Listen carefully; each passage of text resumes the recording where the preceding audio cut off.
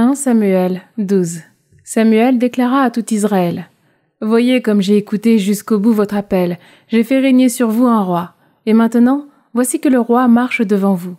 Quant à moi, je suis devenu vieux, j'ai blanchi, et mes fils que voici sont avec vous. Moi qui ai marché devant vous depuis ma jeunesse jusqu'à ce jour, me voici. Témoignez contre moi en face du Seigneur et de son Messie. De qui ai-je pris le bœuf? De qui ai-je pris l'âne? Qui ai-je exploité? Qui ai-je maltraité? De la main de qui ai-je reçu un pot de vin pour fermer les yeux sur son cas? Je restituerai. Tu ne nous as pas exploités, tu ne nous as pas maltraités, tu n'as rien pris de la main de personne. Il leur dit: Le Seigneur est témoin contre vous, et mon Messie est témoin aujourd'hui, que vous n'avez rien trouvé en ma main. Ils dirent: Il est témoin. Et Samuel dit au peuple: Il est témoin, le Seigneur, lui qui a suscité Moïse et Aaron, et qui a fait monter vos pères du pays d'Égypte. Et maintenant, tenez-vous prêts, que j'entre en jugement avec vous, devant le Seigneur, pour toutes les justes actions que le Seigneur a accomplies envers vous et vos pères.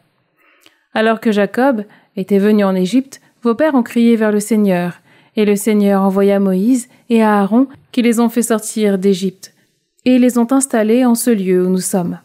Mais ils ont oublié le Seigneur leur Dieu, et lui les a vendus au pouvoir de Sisera, chef de l'armée du roi de Hassor, au pouvoir des Philistins et au pouvoir du roi de Moab, qui leur ont fait la guerre.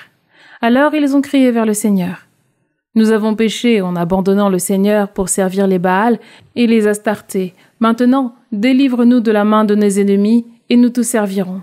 Le Seigneur envoya Yérubbaal, Barak, Jephthé et Samuel. Il vous a délivré de la main de vos ennemis d'alentour, et vous avez pu habiter le pays en sécurité.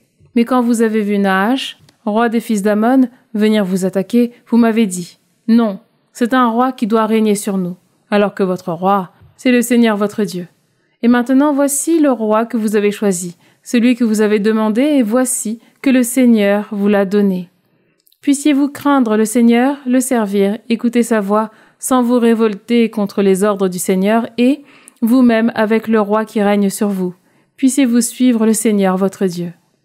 Mais si vous n'écoutez pas la voix du Seigneur, si vous vous révoltez contre les ordres du Seigneur, la main du Seigneur sera contre vous, comme elle fut contre vos pères.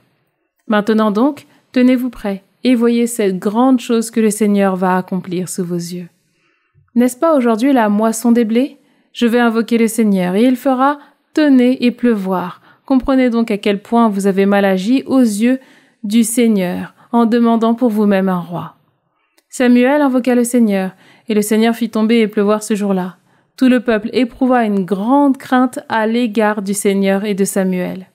Tout le peuple dit à Samuel: Prie le Seigneur, ton Dieu, en faveur de tes serviteurs, afin que nous ne mourions pas. Oui, nous avons ajouté à tous nos péchés ce mal de demander pour nous un roi. Samuel répondit au peuple: Ne craignez pas, certes, vous avez fait tout ce mal, mais cessez de vous écarter du Seigneur. Servez-le de tout votre cœur. Ne vous écartez pas du Seigneur. Ce serait suivre les idoles de néant qui ne servent à rien et ne délivrent pas, car elles ne sont que néant. Le Seigneur, lui, ne rejettera pas son peuple, à cause de son grand nom. En effet, il a voulu faire de vous son peuple. Et moi-même, quelle horreur pour moi si je péchais contre le Seigneur, si je cessais de prier en votre faveur. Je vous enseignerai le chemin du bien et de la droiture. Seulement, vous, craignez le Seigneur et servez-le en vérité de tout votre cœur. Voyez ce qu'il a fait de grand parmi vous. Mais si vous persistez à faire le mal, vous et votre roi, vous périrez.